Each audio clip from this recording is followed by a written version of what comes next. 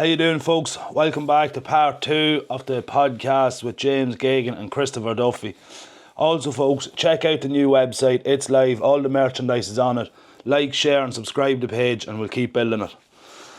Lads, in the last video, we chatted a little bit about the effect that the government has had on Ireland in general.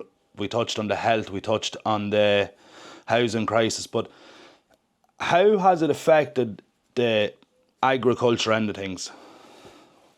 How has it affected? Well, I suppose in the last government we have the new environmental scheme came in, the acre scheme, and it came in at 7,300 maximum, which is absolutely useless. Like when the acre scheme came in 25 years ago, it started off at £5,000 and then it went up to €10,000. And 20 years ago, €10,000 could do something. But a 7,300 acre scheme is doing nothing for farmers. You have to do so much work for so little. And they say they've no money. Now, they're collecting the carbon tax, and this carbon tax was supposed to go to a really good environmental scheme. There is 530 or 40 million of carbon tax that cannot be accounted for. And they turn around then and say they've no money for the environment scheme. And was the carbon tax, was it to be ring fenced? Yes, it has to be ring fenced. For retrofitting? Retrofitting houses and an environment scheme for farmers. Yeah. And a lot of it went into social welfare. That's where it went. But Mahi McGrath had brought up in the Dáil a few weeks ago. In fairness now, Mahi is from a farm background down in Tipperary, and he's actually does contracting and he's a good independent in the Dáil. But Mahi brought it up to Micheál Martin, and Micheál Martin couldn't answer it. Micheál Martin was going around in circles saying, oh, we're retrofitting houses and insulating houses. But I'm not happy that, says Mahi. Where's the 536 million that's missing that can't be found? It's on a report here. It's gone missing. Who in the government has lost it? Like, where's it gone? And this is a government that are telling us that we have to re-elect them. Fianna Gael and Fianna Fáil. And Eamon Ryan with his carbon tax. They can't find the money they took in. They've no money to give out to us. And there's a point about, like, I was at several meetings with Charlie McGonagall, and we were talking about the new acre scheme and trying to get more money. And he said, no, there's no more money, there's no more money. So there's no money for farming. We feed the country. We're one of the biggest exporters in the country. And still, we're feeding 40 million people worldwide. And there's no money. The current budget for agriculture is 2.1 billion. Rose from 1.95 billion for the last budget a few weeks ago. Out of that 2.1 billion, everyone thinks it's for the farmers. It's not. All the department staff are paid out of that budget. And the leftovers then goes to some farm schemes, a tenner a ewe and a fiver for a lamb or whatever, a few pounds for a cow and a few euro for an acre of corn. But, so there's no more money. And all of a sudden then, an hour later, in the same budget, there was a new budget put together for migrants coming into the country of 2.5 billion a year. So we have 2.5 billion a year to give to guys who haven't even a passport. And we have no money to give to a farmer to keep them producing food. Like, is that fair? Where's the common sense there? But even James, go back to the acre scheme. Like, the acre scheme was oversubscribed, wasn't it? And they hadn't even the proper staff in place. We were below in that loan. Yeah. We were below in that loan, and I had a lovely friendly meeting with Charlie, and well arranged meeting. And I asked him where was the acres money, and he couldn't answer, and he walked away. He could do nothing else, and I honestly believe there's some of them farmers still never got money because of little things, and you know what I mean. Like, it's the red tape in agriculture is really, and the stress that's on farmers. Yeah. I know a farmer that doing his board BIA, getting his board BIA paperwork together, a tillage farmer, and he was that frustrated because he was working, he was trying to do this at night, and he got tick one night and he threw the books off the table because he thought he had everything right, and he got more stuff back, emailed to say he hadn't it right, and he can't sell spuds into certain buyers, but he can into others. Yeah. Like, where is they're both going into the food chain? Yeah. Do you know what I mean? The red tape is killing the job, basically. Yeah. You know what I mean? But it's amazing the way the government don't have any money for a good farm scheme. They can't find the carbon tax that they're supposed to pay the scheme out of. Yeah. Until once a migrant lands, no shortage of money. No. Build IPA centres, build left, right and centre, and no money for farmers. And it's time there was a bit more. It's always said that you should use your discretion. It was always said that a guard should use his discretion when he pulls you up. You know what I mean? There's the rule book to follow, but like, I know a chap that had a lot of rap bales below in the corner of a field. During the back end of the year, he drove up and down on the one track to collect the bales in the bottom of the field. His single farm payment was delayed for 7 months, and he needed it because that track was classed as a roadway. There was no stone, there was no nothing, there was no fences. It was where the tractor drove. Yeah. And his single farm payment was held up for 7 months. And that man's mental health really was pushed to the limit because he struggled to pay bills. How much are we talking here, roughly? Would you have an idea? The money. Yeah, like how much was he owed? Probably 10 or 15 grand. The level of the farm, I'd say he was over 10 grand, probably, maybe 12, 13,000. And are farmers running on that tight that they depend on that payment? There would be farmers that would pay maybe us for silage cutting, clear a few bills at that time, Now, they'd be ticking over, but they might have that time lined up. Well, actually, a lot of farmers would have, if they have loans, they'd have them set up to be due when the single farm payment comes to pay them. Could be a tractor loan, could be the Jeep loan, small loan and shed. But it could be 2 or 3 grand of a payment on 2 or 3 things. And so that money will come in and that'll get out of it. So when that money is delayed. And it's just like this, it's as simple as this. If I owed you money and James owed me money and I told you, I'm paying you next month because he told me he's paying me next month and he doesn't get a single farm payment. That has a knock-on effect going down through the food chain. Yeah. You know what I mean? That money is sitting in a government bank account. It's not in the community circulating. Because when money goes into especially a farmer's bank account, because it's spent. It doesn't get time to gather dust. So it doesn't. And they need to loosen things up and start treating people properly, not holding people up over ridiculous things. And then maybe there's other men getting away with more of that. It's hard to figure out the way the system works. How has the Minister for Agriculture been in his term in office? Well, I said I've been at a few meetings with him where we lobbied him and canvassed him and we told him what was needed to be done, and not one thing did he do that he was asked to do. You wonder, is he deaf? Because, and I don't know, and the lack of respect for farmers from the government, we're being treated as nobodies. And as I said, like we have an election coming up, and this is the big Fianna Fáil party. This is the big Fine Gael party that go around saying they're the farmers' party. Like, this is the government. And it couldn't give two hoots about farmers. And Harris went around every agriculture show during the summer, licking lads' backsides. And all he did it for because there was an election coming up. That's all he did it for. And like I was at the IFA conference in the corridor a few weeks ago, and Harris said, he says, I have the farmers' backs. I ain't going to do it. I said, I was here thinking, is this the same Harris at all? Because he hasn't a clue about farming for a start. He has done nothing to help farmers. And here he's saying all this good stuff that he's going to help everybody. Well, you see, he has to help everybody when there's an election coming up. Hey. Talk is cheap. Let them, you know what I mean? Talk is cheap. Let them walk the walk. And that's what we have to keep drilling home to people. Don't get fooled again. What about the people that they have to vote for him because his father voted for him? And there lies the problem.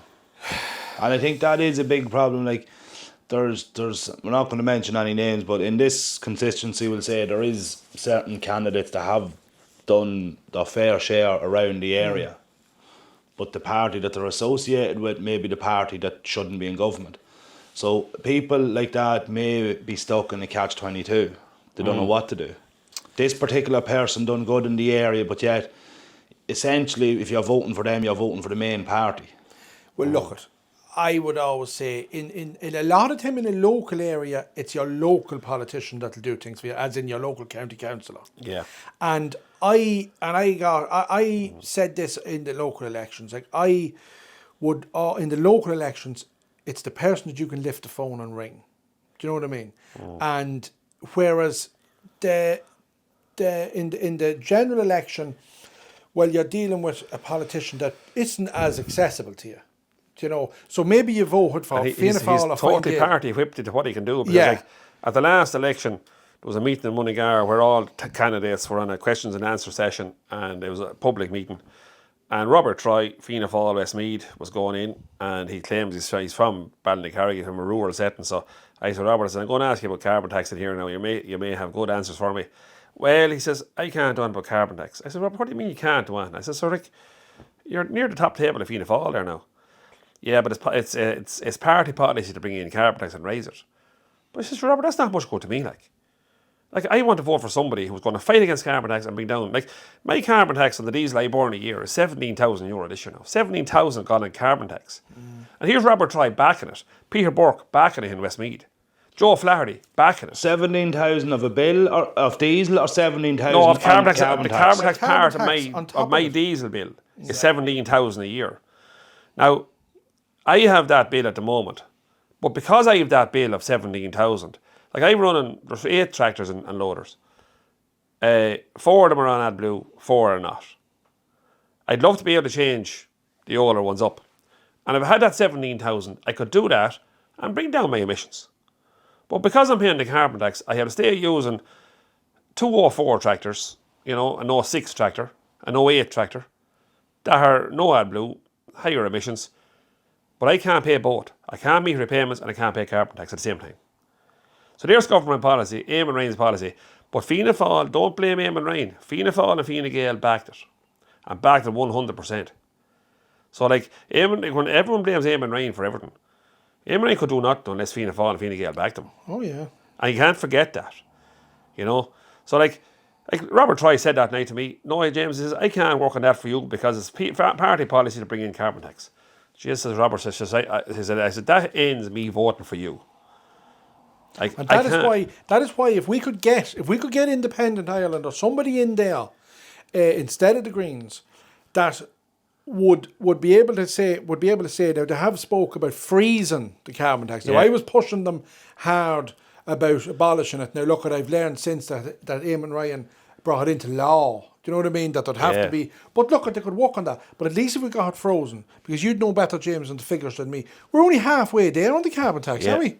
Yeah, the carbon tax is going up. It has a good few more lifts in it yet before we get to the. I think it's only about 40 or 50 a tonne at the minute. The target is 100 a tonne. And just remember this: we have no alternative.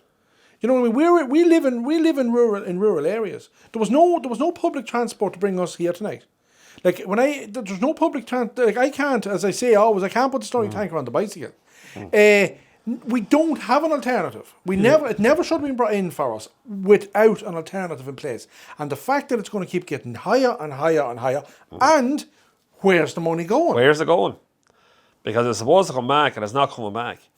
So whatever chance we have in the next government, if we can get Michael Fitzmaurice, Richard O'Donoghue, Michael Collins, and the new TDs they bring with them to replace the Green Party in government, and then let the others fight it out between Sinn Féin, Fianna Fáil and Fine Gael, we have some chance. But the worst case scenario that would happen in the next election is that Fianna Fáil and Fine Gael get enough seats between them to win together. If that happens, we're finished, because then we have no control over them. Absolutely no control. So like we have to. Are we finished, or is that just kind of we're saying we're finished? Like, is it go? It's not going. Well, it's another nail in the coffin of farming. Because unless the government start protecting farming and make farming profitable, that a young man wants to go into it. You see, farming, when we say we're finished, everything in a farm and everything in most things, we're thinking down the road. You know, you're always thinking down the road. Look, you're not going to be gone in a year. You're not going to be gone. But it's the future. And there is no young people coming on. Even in the contracting, young people don't want to come on because they can't earn the money. And I can't pay a lad because farming is not making enough money for us to really charge what we really should be charging. The cost of machinery, the cost of diesel, carbon taxes, the dribble bars that we have to buy. You know, I'm not getting a grant for them. We have to keep investing money, which is restricting us on what we can pay men. So then you can't get men or women, for that matter, into contracting. Farmers are not even pushing their own kids into farming. Now, is that a sad case? I heard a story years ago about an accountant, and he said he had 2 clients. And one client came in and he said it's shocking. He said, I have 5 sons, and he said not one of the, he said he had 200 acres of land, and he had 5 sons, and not one of them wanted to farm. And the accountant said, well, I seen a lad in here yesterday, he's in a worse position. He has 40 acres of land and he has 4 sons, and they all want to farm. Do you know? But we're gone to the stage now where parents would really push their children away from the farm. I know because they don't want them to slave. Yeah, I know of that happening. You know, Where the parents are now advising the kids, go to college, get a job, get out here. And like, Which is a very hard thing for a parent to say. yes, and it is nice to see. It is nice to see young people getting away and travelling the world and coming back and deciding then. Because look, I suppose we did have a problem in Ireland, maybe years ago in rural Ireland, where a young lad or a young lassie never got out of their own parish, and we don't want to go back to that. No. But a farm should be seen as a future, a profitable thing. Look what's happening in England. Look what's after happening in England. A Labour government came in, put a 20% inheritance tax on a farm above £1 million. So basically, when a farmer now in England looks at what he has, it's worth 20% less.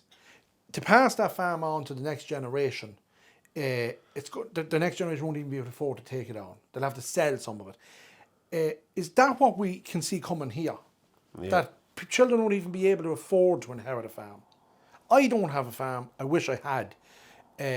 You know what I mean? Contracting was the closest thing I could get to farm. Have you not enough hardship in contracting without buying a farm? Well, if I had a farm, maybe I'd be able to get the grants and do different things. But that's the thing. Nobody can buy a farm unless you're a farmer, you know, and you're doing well. And we have a lot of money. Look at a lot of the big farms in County Meath and that aren't being bought by farmers. They're being bought by people making a lot of money. Leary's buying every farmer's speed at the minute. And when you're travelling the roads, our government are pushing the whole solar thing. They're pushing these things, and I really worry about the future. And our rural communities, up round Kilbride, Ashbourne, Duleek, them areas, solar is taking over. And when there's a bit of a hustle and bustle when the building is going on. When these solar farms are up and running, that's it. There's nothing happening. There's no contractors coming into the area a couple of times a year to cut the silage and to eat in the local places. Takes an awful lot of money out of the economy. Yeah, it's desolate. And they are for 25 years, aren't they? 25, 30, they're there forever. Yeah, I seen somewhere, done a bit of, not research, reading up on them or whatever. I think after 25 years, they're no good anymore, and the farmer has to pay to get rid of them. Depends on the deal you have, but if that happens, what the company will do is probably just change its name, go broke, and you're left with the bill to clean them up.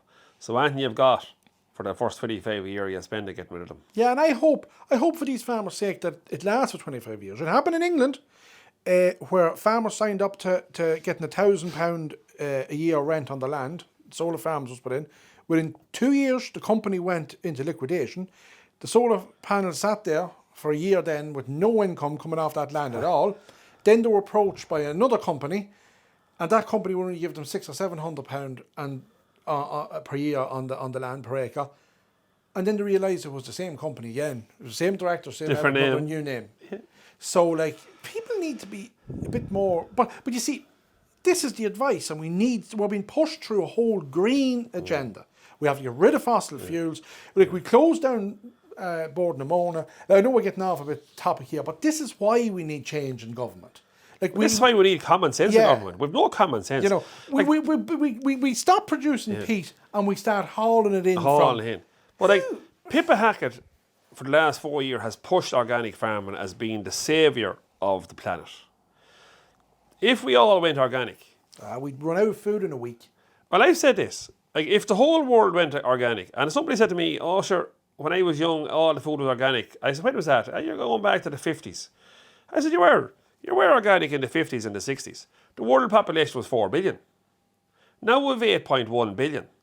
With another 4 billion people to feed, you can't feed them organically. So if everyone went organic in the morning, 4 billion will die of hunger straight away because there's no food. So why should we be pushing on an organic policy to create a famine? Because that's all it'll do. Organic farm is not sustainable. Well, the world won't have enough food if we all go organic. If every farm in the world went organic, and I've said this to a few TDs, a few meetings, and I said it to Paul Murphy one night, I think, because Paul Murphy was giving out about farmers and emissions, and that we needed to cut the national herd to bring down emissions. I said, Paul, we'll cut the national herd, we'll bring down emissions, we're going to cut food production, we're going to cut milk production, beef production, butter, cheese. Now, who do we nominate to go hungry? And I'm nominating you to go first. Because we're going to supply our customers, we always supplied, but you obviously don't want farm-produced food, so we're banning you from eating farm-produced food. You live on what you like, Paul. Go back up to your little hut there and decide whether you have a boy or a girl. And cop on and wake up. Yeah. Because we're not feeding you anymore. I tell you, Paul Murphy would know the next morning whether he had a boy or a girl child. There's too much of this woke. There's too much of this woke bullshit. Modern nonsense going on above in the Dáil.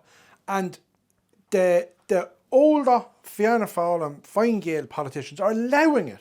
They're getting into it. Yeah. Do you know what I mean? They should be thumping the table and saying that's nonsense. Do you know? She says Trump got in a few weeks last week in America. Straight away, he's done away with a lot of the bullshit in the talk. And agriculture, rural votes have got to be to people who have rural. The rural Ireland is dependent on agriculture for everything, right? Every rural community, if agriculture is making money, everyone is going to get something out of it. I know we've people commuting and they'll say, I have nothing to do with farming. Well and good, that's something.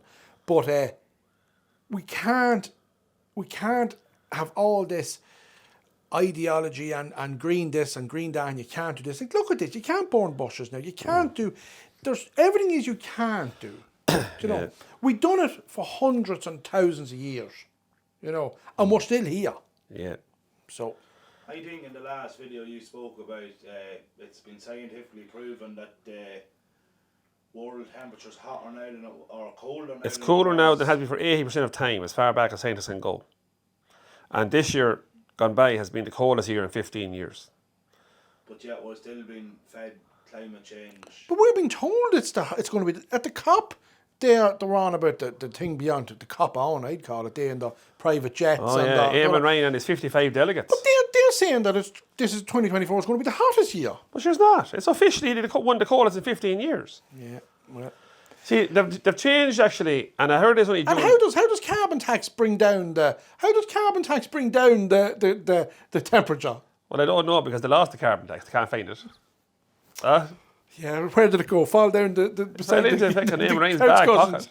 Eamon Ryan is after tarmac and all the greenways with the carbon tax. That's where it's gone. And he's his business help for life now, and he doesn't give two shits about farmers. You know. But no, as just back to the food production. If we all go organic, 4 billion die of hunger, and any TD, woke TD as you were calling them, that suggests we should cut food production and farming, I'm suggesting you to be the first ones to go hungry. You said something to us on the way down that they're suggesting now that people shouldn't be growing. They want us to go organic, but they don't want you to vegetable garden. Yeah, would you believe that? The World Organisation that Veronica is part of, what do you call them? WEF, World Economic Forum, have come out with a statement there lately to ban all garden grown veg in your own garden. Window boxes is okay. Oh yeah, Eamon's Ryan's window boxes. South face. I'll tell you one thing, lads. We have to thank Eamon Ryan for something, right? Yeah. Giving us a laugh. He gave us a laugh over the last few years, so he did. Gobshite. When he was awake. Hey! Because he was asleep half the time. He don't know how when he was asleep. No, if it would have kept him asleep, we'd be better off. But the World Economic Forum has recommended now to ban homegrown vegetables in your garden because the emissions are higher than commercially grown food. Like, where could you make up such bullshit? No, you couldn't. And this is what... And Fine Gael are part of the World Economic Forum. So, how dangerous are Fine Gael? And they're going around now, this week, telling you they're going to do everything for you. There's a far more sinister side behind Fine Gael than we are being told about. And that's the dangerous part of them. And they're letting on to your friend, you know. Is there something going to come out of the woodwork with Fine Gael as to why they've disbanded so much in the last 12 to 18 months? There's been a lot of boys have 18 TDs gone.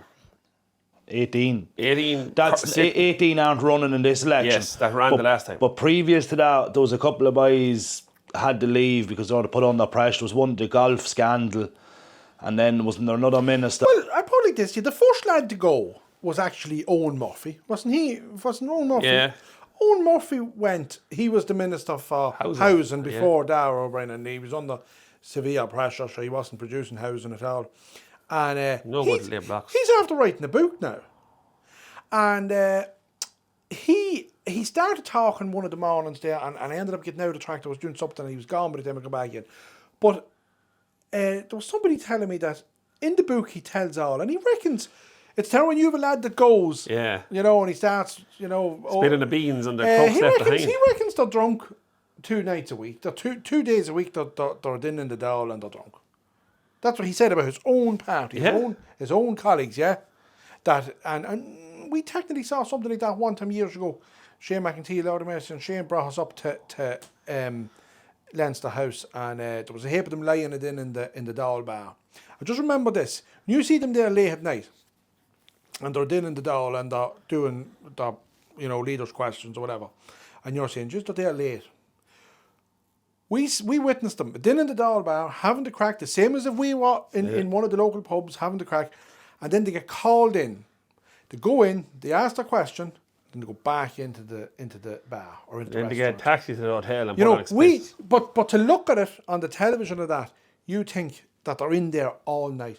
They only come in, ask their question, and they're gone. They're not there. Sure, some of the biggest votes, some of the biggest things, the Shannon, the retirement home for the failed politicians, there might be 2 or 3 people there for votes. Yeah. Do you know, like, we have the highest paid politicians in the world nearly, I think. Do you know, some of them, what they've been paid. Our Taoiseach is, how much is he paid? About 270, 280, I think. Somewhere up around that. Plus expenses. I wouldn't give him €270 an hour, you know. But, Well, there's no qualifications for the minimum wage. Never mind anything else. you know, does people realise that? Does people realise our Taoiseach's past, where he started off? He started off working in was it Catherine Murphy's? Nora Owen's office. Was it? I think so. And he got interested in politics because he had a disabled, which is fair play to him. He had a disabled brother. They weren't getting the things they wanted, so he started doing a bit of activism and, you know, shouting. Got interested in politics. Went to college, flunked out of college, got a job in an office, then got into politics. Then became, I think he was the youngest TD in the Dáil when Andy Kenny was made Taoiseach at the time, and he was, because he was the youngest, he brought him in or whatever. And He was the Minister for Health starting the Children's Hospital. and now he's our Taoiseach. He never paid a wage in his life. He never... He never earned a day's wage in his No. life, actually. But he never, as we said earlier on, we said in our last video, he never put out fires. He never had to probably walk on the, you know, surrounded by civil servants. And look, the civil servants run the country anyway. But yet he was below in the march there this week, shaking hands with all the farmers, and farmers smiling and laughing and joking. Yeah. That's what's going on there. Your farmers are fucking stupid, like, to do that. They're just, like... And I'll tell you, look, you can't fault people for having manners and good manners. And we are able to... We're able to attack Well, I these think there was people. one good farmer at that mart now, and he gave a fair lecture there, and was he on Virgin Media News there, and he gave his synopsis of the whole farming thing and the government, and he was 100% right. Like, he nailed Fianna Gael and Fianna Fáil that they're a disaster. But you must remember as well as that, we're not being shown. No. We are only being shown the good things. If he goes into a mart and it's his own people that are filming it, and a couple of farmers tackle him, we're not going to see that. We're only going to see the ones that are thanking him and shaking his hand and patting him on the back. So just remember that. But you spoke there, James, with Virgin Media. They seem to rattle the cage a little bit. They do, yeah. They're not RTE. Yeah. RTE are government. So, like, the government's had to give an RTE 760 million to keep them going. So, RTE can they turn around now and say, oh, you're bold boys. Like, Fianna Fáil and Fianna Gael are paying all the wages in actually, probably where our carbon tax has gone.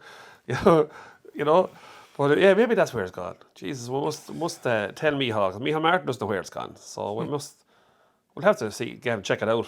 If if to cut the carbon tax, I know we don't know where the money's going, but where's the money going to come from? But sure, like, what are they doing with the money? But like, hold on now. Like, I'm doing my job. Christopher's doing his job. I'm in here with 17,000 a year carbon tax. What did I do to deserve that? Like, there's a Teagasc report that clearly states carbon tax to a farmer is a pay cut because you can't pass it on. We can't pass on. Like, if I increase my charges, which I can do, the farmer makes less money. So it's a pay cut to the farmer. So what other sector of society is getting a pay cut in every budget that we're getting? Because a farmer is a price taker, not a price maker. The farmer can't get on to can't invoice the creamery. Like, he can't say I need more money for my milk because the contract. I need 60 cents for the milk and I need 5 cents for carbon tax. He can't say that. You're not going to get it. And I argued this in the early days of the carbon tax. I'm shouting about carbon tax. Nothing has come out of my mouth as much as the words carbon tax. And I said it from day one. We can only rise our rates in our trade to what a farmer can afford. Do you know, there is a fine line. And well, you put him out of business. Yeah. And then you have no customer. Then you have no customer. You know, or he ends up having to pull his old tanker out of the ditch and start using it again. And there's no winner there. But the carbon tax affects not only farmers, it affects us all. It does affect us all. But so there should be no carbon tax if you don't have an alternative. It's as simple as that. And articulate a lorry. An Arctic lorry, you're a lorry man. Yeah. There should be no carbon tax. Like, How much carbon tax is on a litre of diesel at the minute? About 15 cents now, I think. It's 15 cents a litre. Yeah. Why do you think a metre of concrete is so expensive? Everything that goes into concrete has carbon tax on it. Yeah. That's why and there's the new cement tax. They take in money for the making, don't they? Gone. There you go. I've been in that shed out there in, what year was it? 2016, I think. And the concrete when I put it in was €83 a metre. Is concrete now, I think, 130 or 40 a metre? 130 plus that, yeah. That's €50 a metre or more. Like an 8 or 9 metre load, it's €400-500 a load more. Like a serious money. You do a floor of a shed and put in 5 or 6 load, or do a start tank and put in 10 or 20 load. It's some extra bill going on the farm. Yeah, and you know, like, and that is the thing we've always roared and shouted about, an alternative. And I tell you what a huge effect it's having. The price of houses has gone through the roof because of the price of cement, the extra government taxes, all the extra costs of the lorries and the builders. Like, they're talking about the price of a new house now being 400,000 on average. 49% of the price of a new house is taxes. So here we have a government trying to get people to buy houses, and they're giving actually a grant now. If you're going to buy a house now, you will get a grant, first time buyer's grant. But all that done was raise the price of the house. Well, they rose the house, but like the government on a 400 grand house has 200 grand tax. For every house built, the government's on 200 grand. It's easy for us to sit here and say there's too much tax and there's too much tax on that. If we cut the tax, if we say, right, we're going to drop it, where is the money going to come from to run the country? Just stop. Hold on now. Where's the money going? Stop wasting the money. Yeah, stop. Look at the children's hospital. Look at the price of concrete.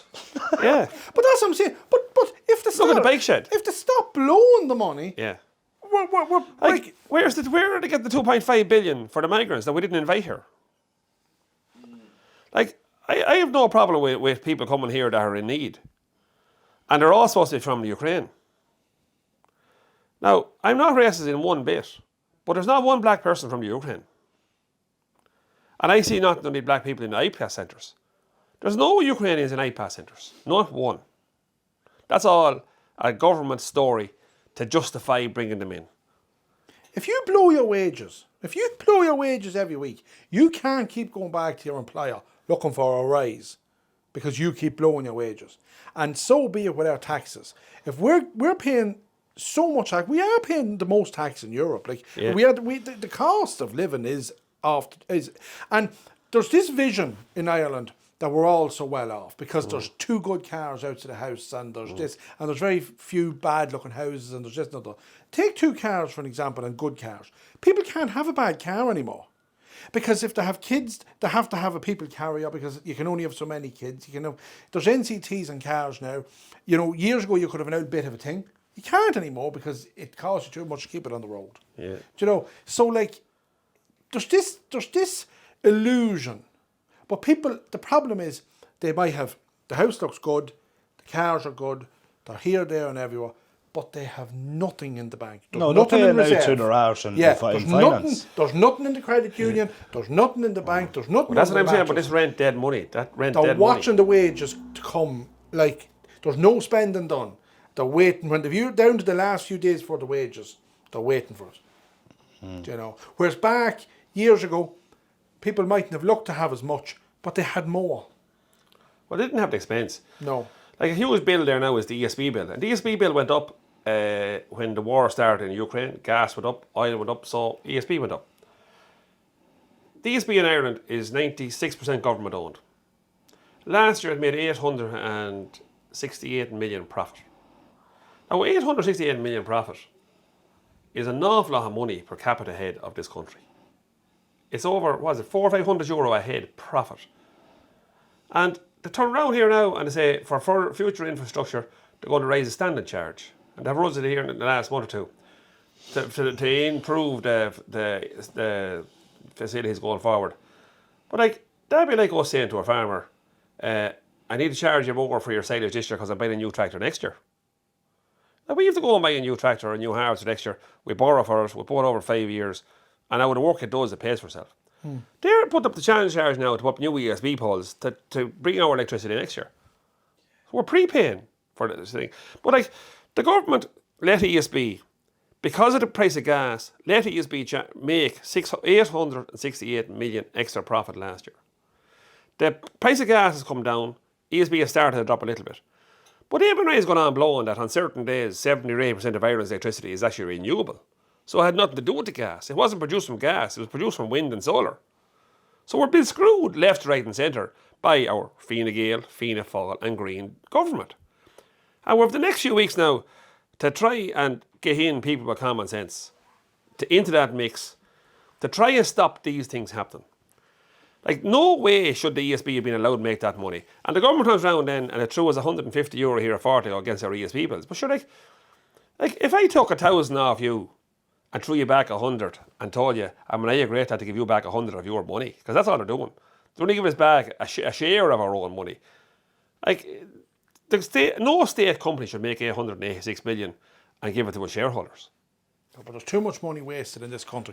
It's probably the same in most countries, but all you have to do is look round you and there's no leadership. There's no one at the top. There's no one cracking the whip. No business people up there with a brain. And I don't blame the workers. You look at the county councils, you look at different things. So who signed off in the bike shed? Yeah, look at that. And that's forgotten about now. It's the election, there's nothing happening. Yeah. But we're paying all this road tax, our roads are in shite, everything's in shite. I'd give you an example.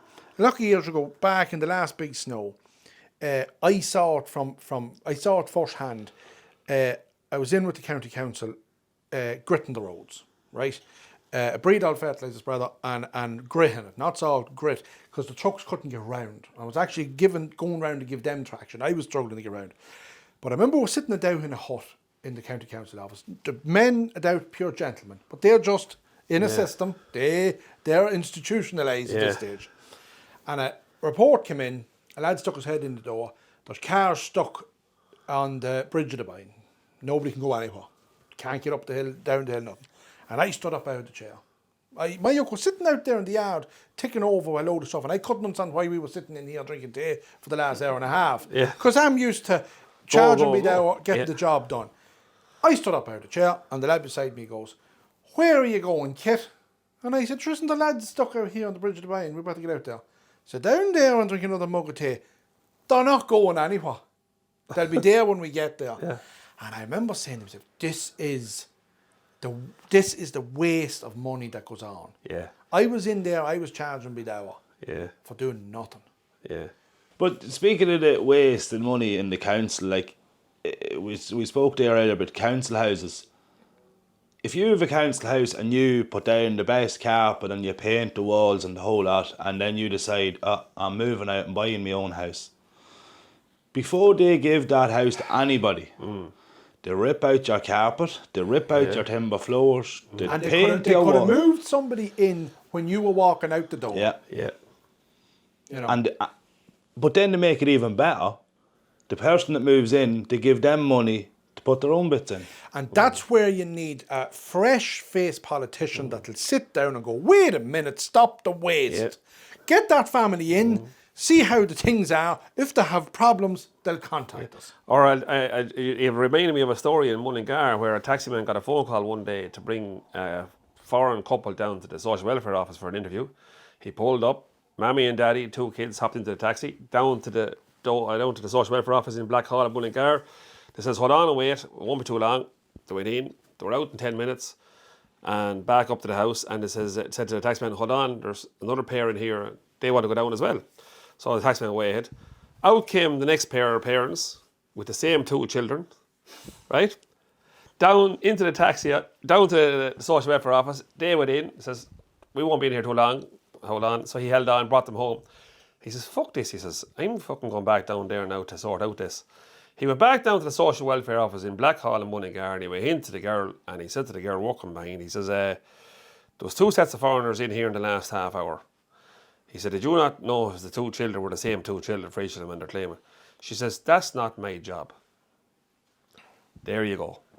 That's what you call waste of the highest order. And they were, I think they were actually Polish. They were gathering up the money and sending it home on children that didn't even exist. And that's what this current government has allowed happen in this country. Waste on top of waste on top of waste. No accountability. No. You know? So like, you know, I hear people there, I had a farmer in the yard today and he praising Fine Gael. I said, will you wake the fuck up, I says. Do you not see the waste they're allowing in this country? And like we'll go back to the bike shed. Who built the bike shed? The company that built the bike shed is half owned by the company and the man who put up Pascal Donoghue's election post for the last election he got in trouble over, that this was a political donation. 4 or 5 vans and 7 or 8 men for a few wheels put up a van. But the man that put up the posters is the man that built the bike shed. Now the bike shed could be built for 20 grand. Still it cost 336,000. So your man got hard well paid putting up posters for Pascal Donoghu. What does it take nowadays for a politician to have to resign? We used to have this thing, his position is untenable. Yeah. And he has to go. Well, those lads' positions was untenable years ago. And compared to what they're getting away with nowadays, he'd have got promotion. Do you know, nothing at the... I don't know what scandal it would take. Now, look at Sinn Féin are going through a bad... if I was Mary Lou, I'd be taking the mobile phones off a lot of them boys. They're inclined to be sending inappropriate texts. But, do you know what I mean? Like, it's all... It's there's no accountability for anything. And Sinn Féin, if we were sitting here a lot of years ago, I would have said, I think it's looking like Sinn Féin could be the party to look at, to do something. I still think it is. They let us down over the migrants. They were the opposition, and I have said this, they were the opposition we needed. They also supported the referendum in June, which lost by 75%. Like, where was Mary Lou going back and to get rid of the mother's name off the Constitution? Like, in all fairness, if it was a man that was leading Sinn Féin, fair enough, but for a woman to do that, she has nothing upstairs to do that. I think there was strong opposition years ago, and it's as if there's too many skeletons in the closet, and every time Mary Lou steps up, it's whispered in her ear, sit down, we have this here and we'll release that. Yeah. And there's just something I found. Look at Piers O'Doherty, good man with the figures, and when he stands up now, he says plenty. Maybe he should be leading the party. He should be leading the party. Do you know, is Mary Lou holding them back? Is she not doing what's good for the party? Is she thinking ahead? Do you know? She make it well to hold her seat. The Well, monk's sure, running if against they her. won't now. Lads, I think we're going to cut it short at this. We're after waffling on here for 44 minutes. Waffling. What? Who wants waffles? We might have a part 3. We'll see how we go. But thanks for listening, folks.